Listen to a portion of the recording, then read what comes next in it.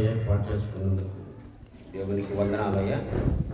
దేవుని పెనుమ మనమందరము ఈ వాక్యం వరకు చిన్న ప్రార్థన చేసుకున్నాం. అందరూ కళ్ళు మూసుకున్నట్టయితే చిన్న ప్రార్థన చేసుకున్నాం. సోదరులారా, పెనుమక గ్రామంలో క్రైస్తవ కూడిక గృహమునందు సంవత్సరిక వాక్య ధ్యాన కూడికలను ఏర్పాటు చేసుకున్నందుకు నీ బంగారు పాదాలకు వందనాలు, స్తుతులు, స్తోత్రాలు నాయన.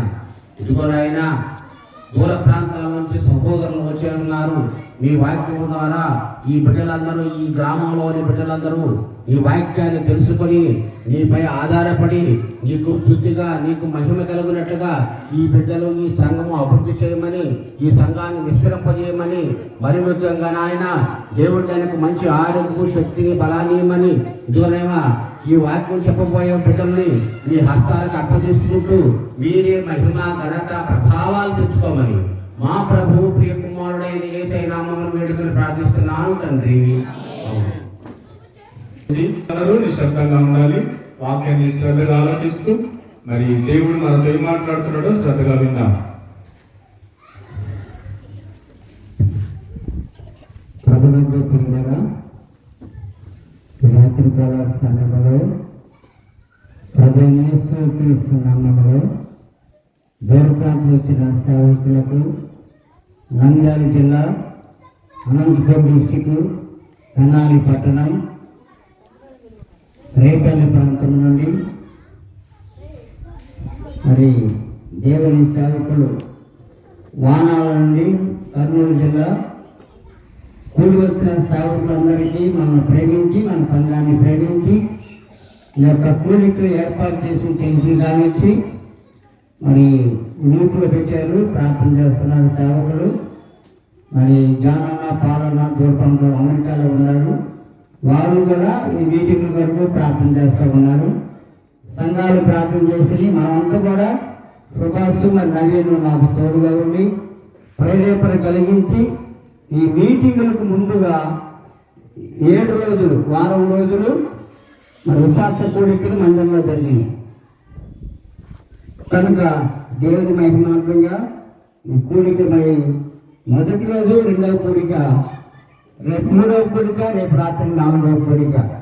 4 కూడికలతో ఈ రోజు 2 రోజులు ముగిసిపోతాయి. అందరికీ ఈరోజు ప్రేమ ఉంది, రేపు కూడా అందరికీ ప్రేమ ఉంది. చాలామంది ప్రత్యక్షంగా, పరోక్షంగా చాలా సహాయం చేశారు. వాళ్ళందరికీ నా యొక్క నిండు వందనాలు. మరి నేను కోరుకునేది ఏంటంటే దేవుడు మంచి వాతావరణాన్ని కోరుకున్నా. ఆ ప్రార్థనలో, అనుదిన ప్రార్థనలో ఏది తక్కువగా ఉండవని ఆయన అనుకున్నా. కరెంటు కానీ, శబ్ద తరంగాలు కానీ, సౌండ్ సిస్టమ్ కానీ, లైటింగ్ కానీ, సేవకుల ప్రయాణాల కొరకు, సేవకుల ఆరోగ్యాల కొరకు, మన గ్రామం యొక్క క్షేమం కొరకు ఎవరు కూడా దుఃఖపడకూడదు. పీడరా మరి దేవుని దాసులను మానిపోక నిన్న ప్రభు జనం రోజు సీరియస్ అయిపోయింది, కండిషన్ అయిపోయింది. గ్యాస్ పెట్టే పనులు తిరిగిపోయి దేవుడు గొప్ప కార్యం చేశాడు ఆ కుటుంబం పట్ల, మానిపోక పట్ల. ఎంత గొప్ప కార్యం అంటే ఎంత గొప్ప కార్యం. లేకపోతే ఈ మీటింగ్లు మనకు దుఃఖకరంగా ఉండేవి. దేవునికి సమస్తము సాధ్యం కాబట్టి నేను కన్నీరు కాచి ప్రార్థన చేసిన ఆ దేవుని దాసుల గురించి షారోన్ ఫాదర్ గారు, సేవకుడు అంటే నవీన్ గారి యొక్క మామగారు, ఆయన కూడా వాక్య పరిచయం చేసి పోయిన ఆదివారం ప్రార్థించారు. దేవుని దాసురాలు మాణిక్యం గారు చాలా ఆరోగ్యంగా ఉన్నారు. ఇంకా మన సంఘంలో, మన గ్రామంలో, మన కుటుంబాల్లో చాలామంది బలహీన ఉన్నారు. వాళ్ళందరి గురించి ప్రార్థన చేసే భారము, బాధ్యత, బరువు మనం ఏమన్నా కనుక ప్రతి వ్యక్తి కొరకు, ప్రతి అందరి కొరకు మనం ప్రార్థన చేయాలని కోరుతూ ఉన్నా. నేను ఎప్పుడు ఇబ్బంది పెట్టను. నాకు అసలు బాగాలేదు. పాటలు అంటే ఇష్టం కాబట్టి బాగలేకపోతున్నాను. అసలు బాగాల. ఈరోజు జ్వరం వచ్చింది మధ్యాహ్నం, మోషన్ కల అంత బలవంతం బిడ్డారు. కనుక ఈ టైం అంటే టైమే. మన సేవకులు అన్నవాళ్ళు పెద్దలైనా ఎవరో నాతో పాటైనా పెద్దవాళ్ళు నాకన్నా అందరూ టైం అంటే టైం ఏదైనా 9:30 కల్లా 1 నిమిషం దాటినాం. 9:30 అంటే 9:30. మీ టయాలు చూసుకోండి. ఎవరు ఇబ్బంది పడదు. అందరికీ సమృద్ధి అయిన ప్రేమ ఉంది. అందరూ పూర్తి చేశారండి. సమయాన్ని మరి సేవకులు చేద్దాం. రానా సీనన్న వానాల్లో సేవ చేస్తున్న మన ప్రియులు మరి సీనన్న గారు ఉన్నారు. మొట్టమొదటి వర్తమానము, ఆ తర్వాత అధ్యక్షులు చెబుతారు.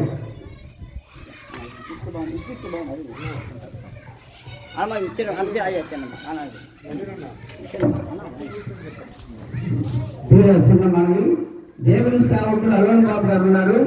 వారు సేవకుల మధ్య కూర్చోవాలని తెలియజేస్తా ఉన్నారు. అన్నా దైవ సేవకులు అలోన్ బాబు గారు ఉన్నారు.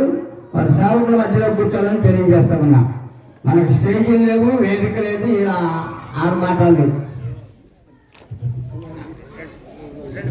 ప్రతి వర్తమానము శ్రద్ధగా ఆలకిద్దాం. పిల్లలు దయచేసి నిశ్శబ్దంగా ఉండాలి. మరి ముందు వస్తున్న వారు ముందు వచ్చినట్టు కూర్చుంటే వెనక వచ్చే వారికి అవకాశం పడుతుంది కనుక మరి ఆసక్తితో శ్రద్ధతో దేవుని వాక్యాన్ని విందాం. ప్రేమైన వారులారా, యేసు ప్రభు వారి స్తోత్రములు మీ అందరికీ ప్రేమతో నిండు వందనాలండి. పరిశుద్ధ గ్రంథం నుంచి మత్తయి సువార్త 24వ అధ్యాయము 36వ వచనము నుంచి 39 వరకు. ప్రేమైన వారులారా, పేజీ నెంబరు 25, కొత్త నిబంధన. నేను చదువుతున్నామ్మా. అయితే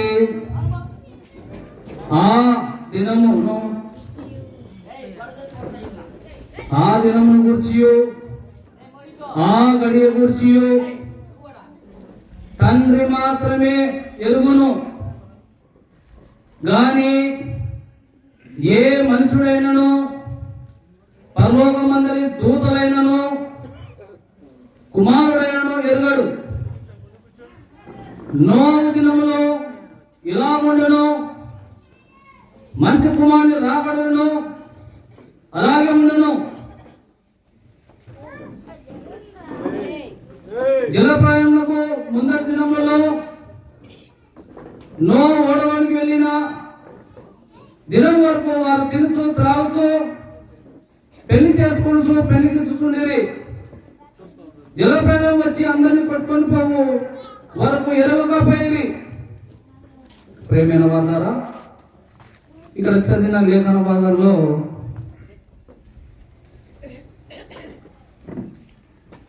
ఆయన రాక గురించి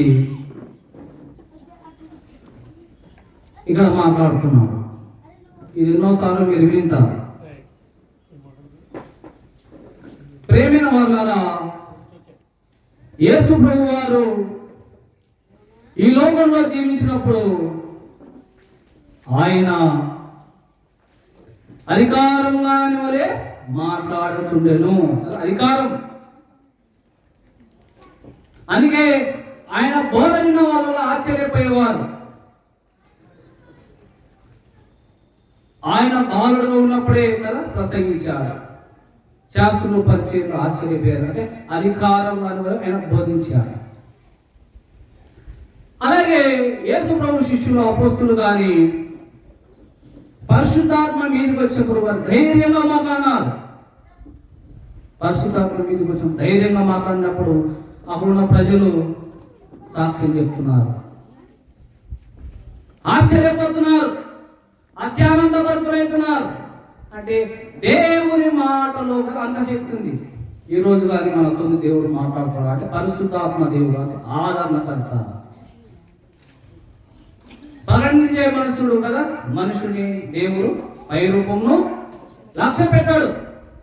కాబట్టి ప్రేమైన వాళ్ళ ఇక్కడ కూడి ఉండడం ఎంతో సంతోషం. ఎందుకంటే ఇది ఉత్తమమైన పని, దేవుని మెచ్చుకునే పని కదండి. ఆయన పాదాల దగ్గర కూర్చొని మనం నేర్చుకోవాలి. ఎంతవరకు నేర్చుకోవాలి? ఈ లోకంలో మన యాత్ర ముగిసేంత వరకు నేర్చుకోవాల్సిందే. నేర్చుకున్నాక కొత్త సంగతులు దేవుడు తెలియపరుస్తున్నాడు. కాబట్టి ప్రేమైన వాళ్ళరా, ఇక్కడ యేసు ప్రభు వారిని శిష్యులు అడుగుతున్నారు. యేసు ప్రభు వారిని అదే మొదటి వచనం ఉంటుంది, 24 మొదటి వచనంలో.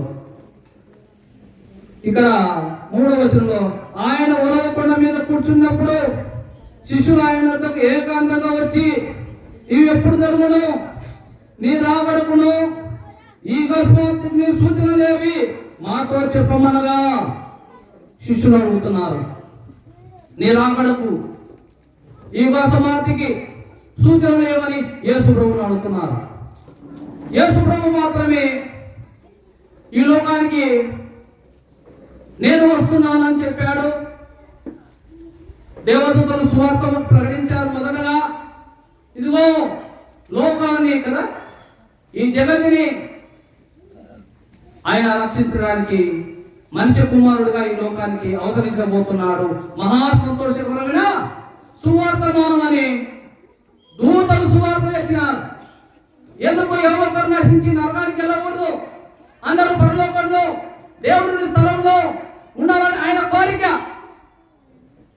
కాబట్టి ప్రేమ మొదట పాత నిబంధనలో చాలా మంది చెప్పారు, ప్రవక్తలు చాలా మంది చెప్పారు. అయితే నూతన నిబంధనలో దూతలు చెప్పారు. అలాగే బాప్తిసం ఇచ్చి యోహాను గారు అని సర్ప సంతానమా రాబోయు ఉగ్రతను మీకు బుద్ధి చెప్పిన వాడు ఎవరు తప్పించుకోవడకు అక్కడ కానీ మారుమనసైన పదం ఫలించండి, మీ హృదయాన్ని మార్చుకోండి, మీ జీవితాన్ని మార్చుకోండి అని ఆయన కోరుకుంటున్నాడు.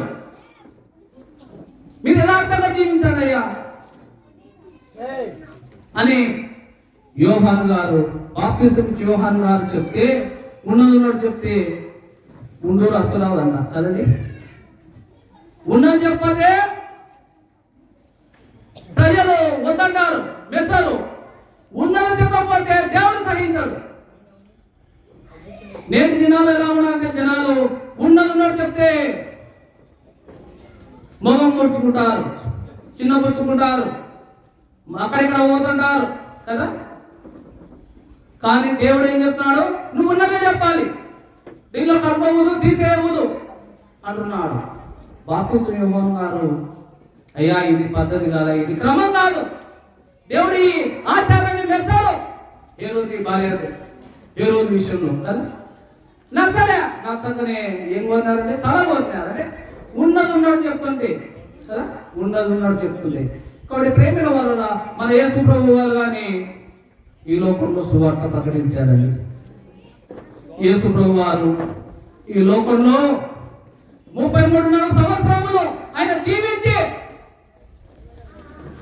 ఎవరు నశించిపోవడం ఆయనకి ఇష్టం లేక ఎంతో ప్రయాసపడ్డాడు, ఎంతో భారం కలిగి ఒకరు నశించడం ఆయనకి ఇష్టం లేక ఈ లోకంలో యేసు ప్రభు వారు పాపం లేనివానిగా జీవించాడు. కాబట్టి ప్రేమైన వల్ల యేసు ప్రభు ఆయన ఈ లోకానికి వచ్చాడు, ఈ లోకంలో ఆ పనిని సంపూర్ణంగా నెరవేర్చాడు యేసు ప్రభు వారు.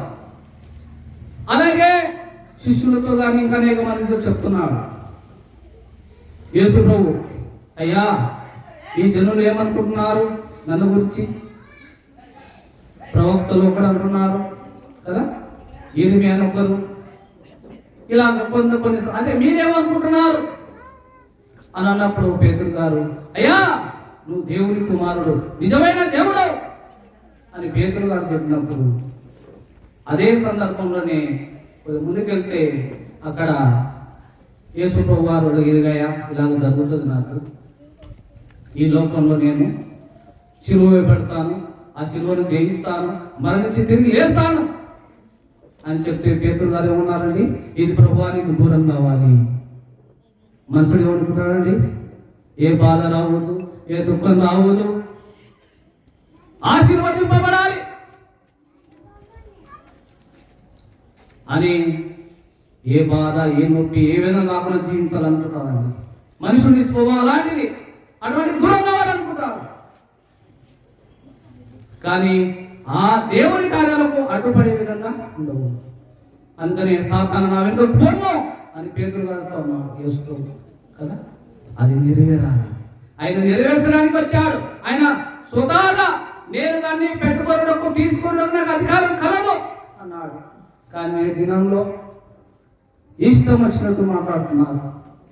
ఎందుకంటే నశిస్తున్న వారికి శిలువ సువార్త వేరే తరముగా ఉంది. యేసు ప్రభు క్షమానే కదా, ఎలాంటి ఘోర పాపినైనా ఆయన క్షమించడానికి సిద్ధ మనసు గలవాడు.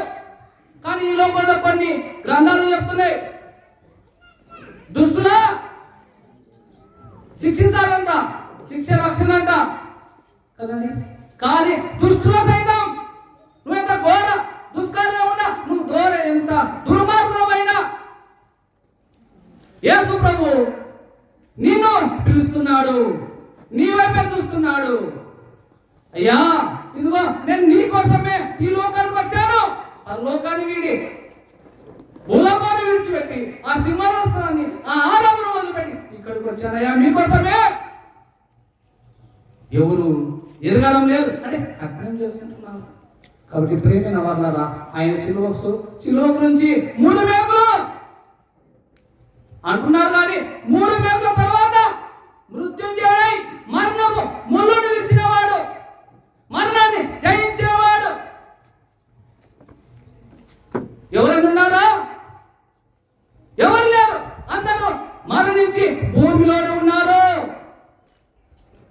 అలెగ్జాండర్ అన్నాడు, ఎవరికండి అన్ని చేసినాడు, అన్ని అనుభవించినాడు.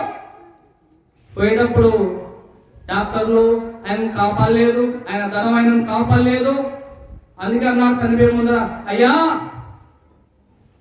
డాక్టర్లు కానీ చేతులు ఎత్తేసినారు, ఇదిగో నేను కాలు చేతులకు వెళ్ళిపోతున్నాను, ఏం సంపాదించుకొని వెళ్ళలేదు, చెవిపెట్లు నా చేతులు బయటికి ఎట్టండి అయ్యా. కాబట్టి ప్రేమైన వాళ్ళారా, అందరి మరణాలు భూమిలోనే ఉంటున్నాయి.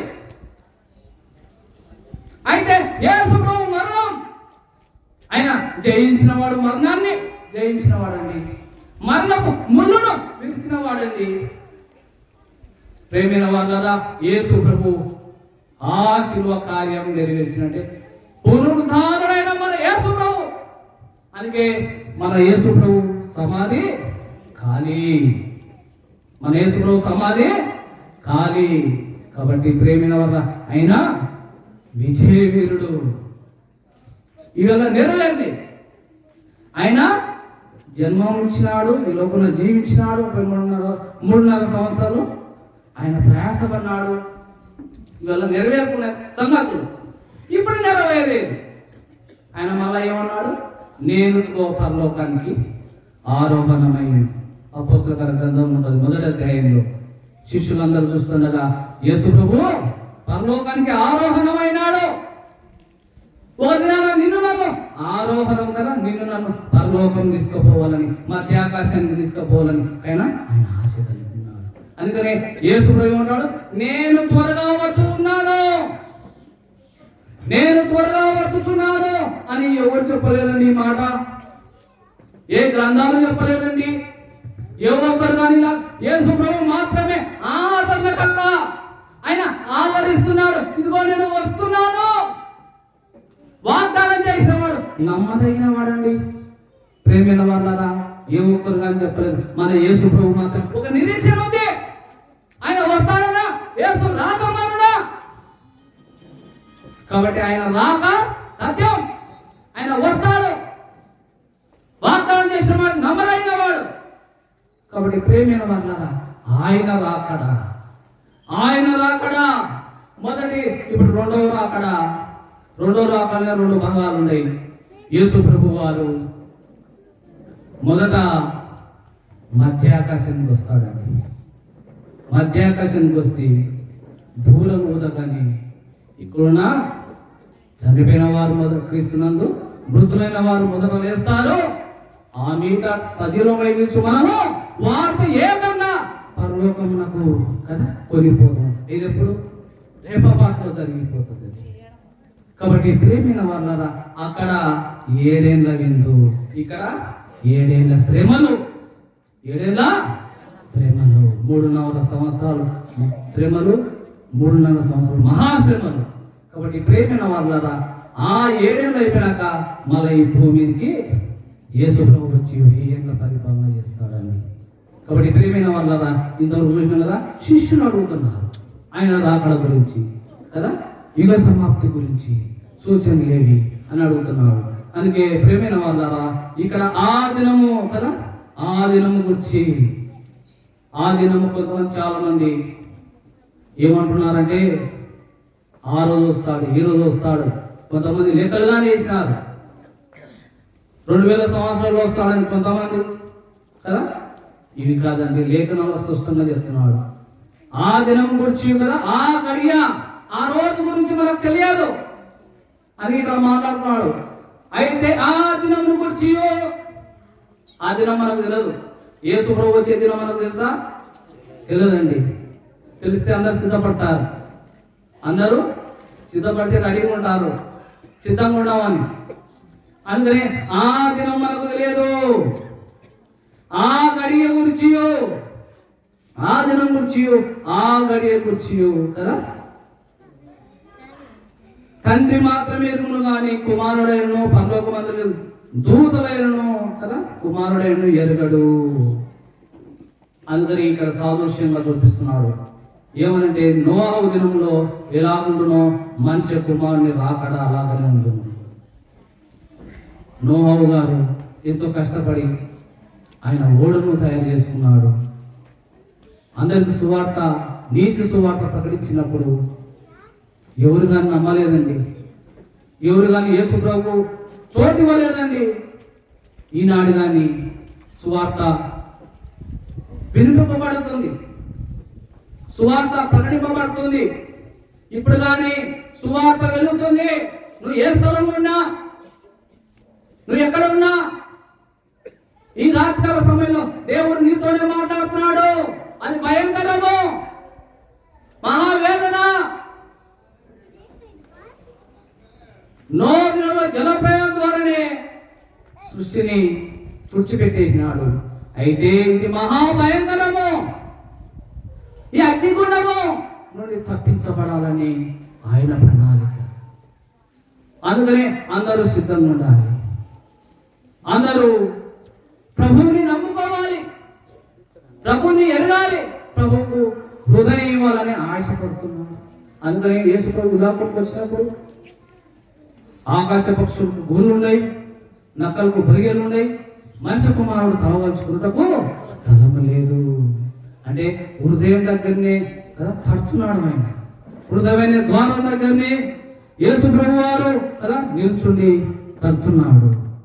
ఎవరైతే యేసు ప్రభువా నేను ఘోర పాపిని, నా పాపాలు నువ్వు మాత్రమే క్షమించడానికి అధికారం గలవాడవు అని నీ నోటితో నీ హృదయంతో విశ్వసిస్తావు, ఆ నరకం నుంచి తప్పించబడాలి. ఎంతో ప్రయాసం, ఎంతో మంది కుటుంబాలను వెచ్చించి ఎంతో త్యాగం చేసి ఇక్కడ కానీ మన డేవిడ్ గారు పెద్దలైన వారు ఎంతో ప్రయాసపడుతున్నారు. ఆయన ఆరోగ్యం సహాయించకపోయినా ఆయన సమస్య ఏదుందో దేవుడికి తెలుసు, ఆయన సమస్య, ఆయన బాధ. కానీ ఈ సంఘం కోసం ఎంతో ప్రయాసపడుతున్నాడు. కానీ ఆ ప్రయాసకు ఫలితం దేవుడిస్తాడు. కాబట్టి అటువంటి వారు లేవాలి ఇక్కడ ఈ సంఘంలో. ఎందుకంటే ఆ బాధ్యత ఎవరికి ఉందంటే కుటుంబంలో స్త్రీలకే ఉందండి.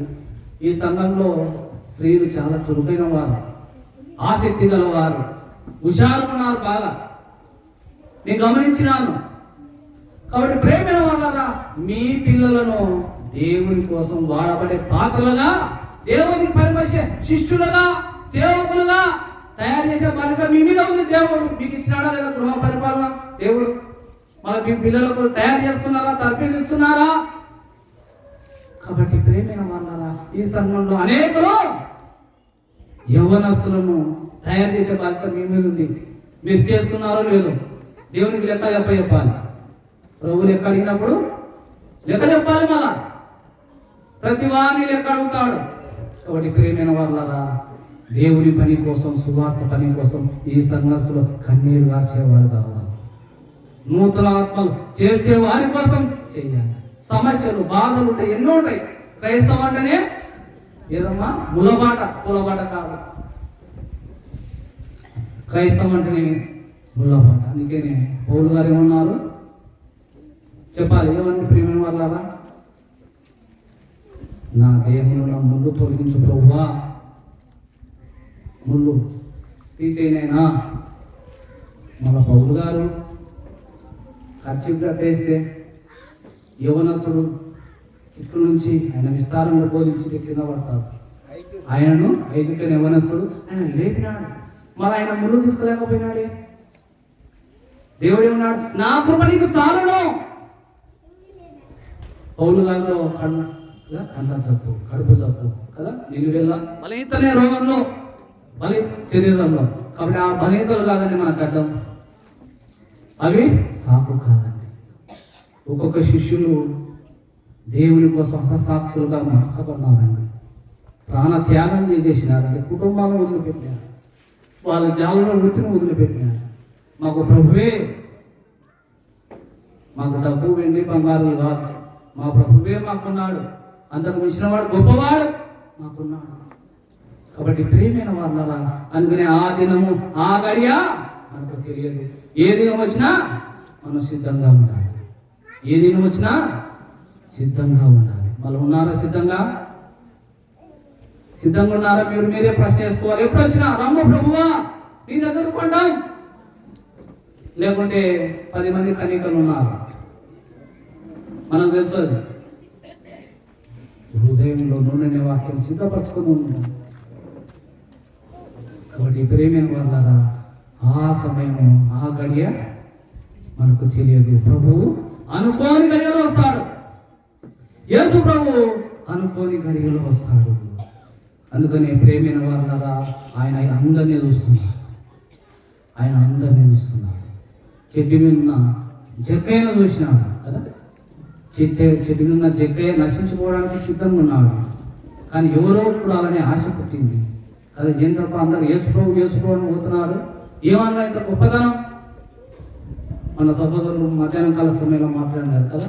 యేసు అంతమంది ఉంటే జక్కయ్య వైపే చూసినాడంటే చూడండి, ఆయన నశించుకోవడానికి సిద్ధంగా ఉన్న మనిషిని ఆయన రక్షించాలని కదా, పరలోకానికి హక్కుదారునిగా చేయాలని ఆయన దగ్గరికి పోయి నీ ఇంట నేను ఉంటా అయ్యా, మీరు కానీ మాట్లాడిన వారు ఎక్కడున్నారో, ఏ స్థలం ఉన్నారో, నీ జీవితం విసికి వేసారిపోయిందో, సమాధానం లేక నెమ్మది లేకున్నావో, యేసు ప్రభు నీకు సమాధానం ఇస్తాడు, నెమ్మదిస్తాడు.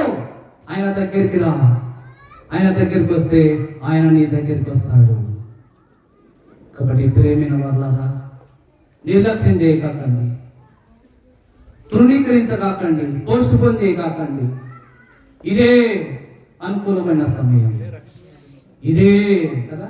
ఈ దినం పోతే మళ్ళా వస్తుందో రాదో అని ఒక భక్తుడు చెప్తున్నాడు.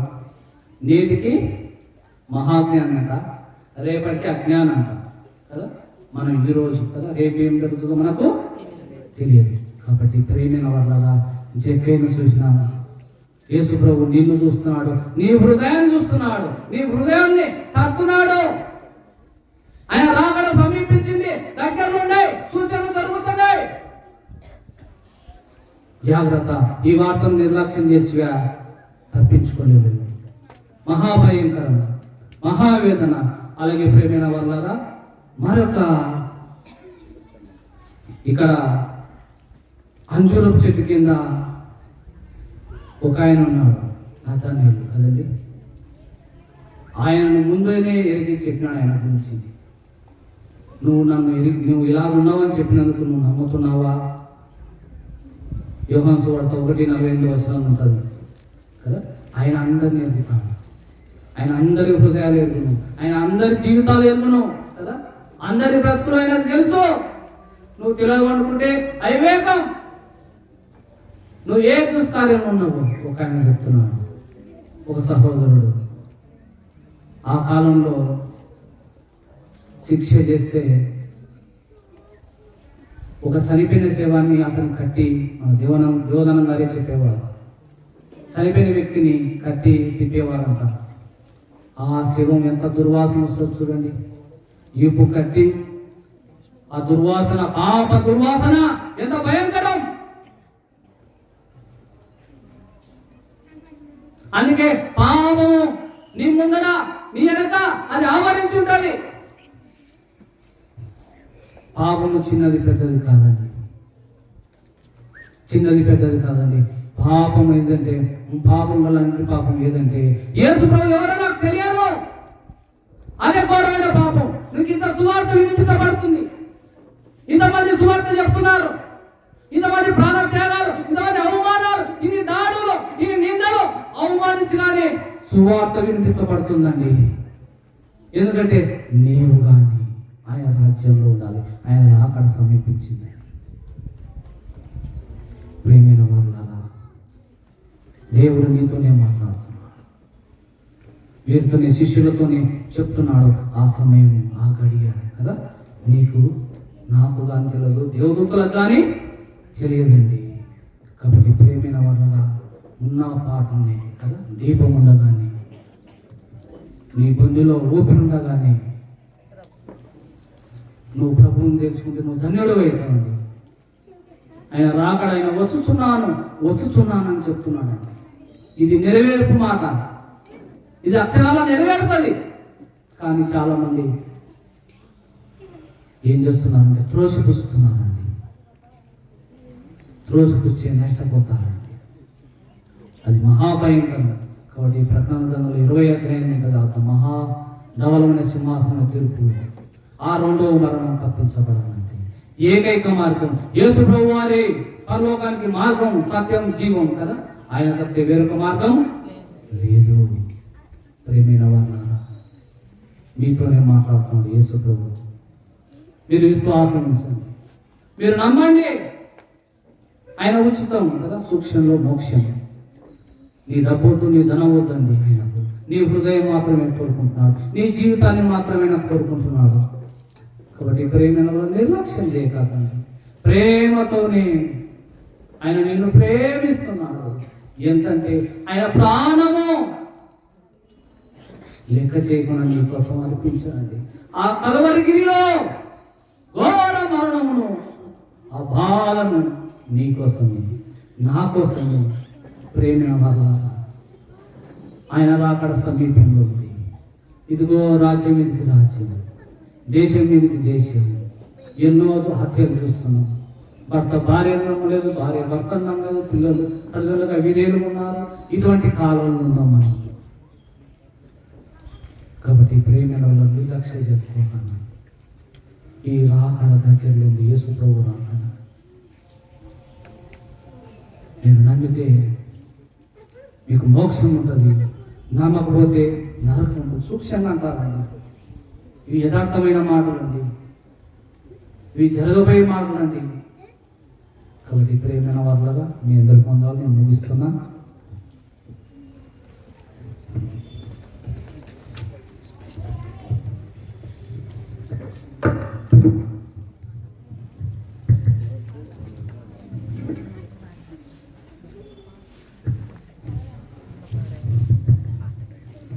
ప్రజలంలో ప్రియులుగా ఈ సమయంలో మరి పాట పాడే ముందు చిన్న ప్రకటన.